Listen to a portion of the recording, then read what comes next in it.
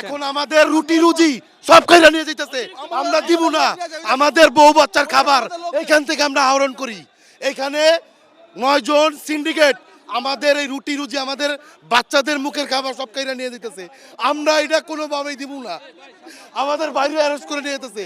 ওই যে দেখেন, আমরা সরকারকে ভ্যাট এবং ট্যাক্স উভয় দিতে চাই। এখন সরকার আমাদের সাথে আমাদের নেতৃবৃন্দ যারা আছে তাদের সাথে একটা বাসায় বসে একটা কমিটমেন্ট করছে যে তারা 3 মাসের মধ্যে আমাদের কোনো কিছু করবে না। 3 মাসের মধ্যে আমরা যেভাবে ব্যবসা করতেছি ঠিক সেভাবে করুন, এবং 3 মাস পূর্ণ হওয়া পর্যন্ত যে মোবাইলগুলো, যে সিমগুলো অ্যাক্টিভ হবে, যে মোবাইলগুলো অ্যাক্টিভ হবে ওগুলো আর পরবর্তীতে বন্ধ হবে না। কিন্তু আমরা কি দেখলাম, আমরা দেখলাম যে 1 তারিখ থেকে তারা এনএআর চালুর নামে ওই আমাদের মোবাইলগুলো এখন থেকে সেটা বন্ধ করে দিতেছে বা নেটওয়ার্ক সিম পায় না। তাহলে কি দাঁড়াইলো, তারা তো কমিটমেন্ট তাদের রাখলো না। তারা এত একটা পর্যায়ে থেকে, সরকারের সর্বোচ্চ পর্যায়ে থেকে, সরকারের সম্মানিত উপদেষ্টা, উনি যদি ওয়াদা ভঙ্গ করতে পারে, আমাদের সাথে কমিটমেন্ট ভঙ্গ করতে পারে, তাহলে আমরা কোথায় যাবো?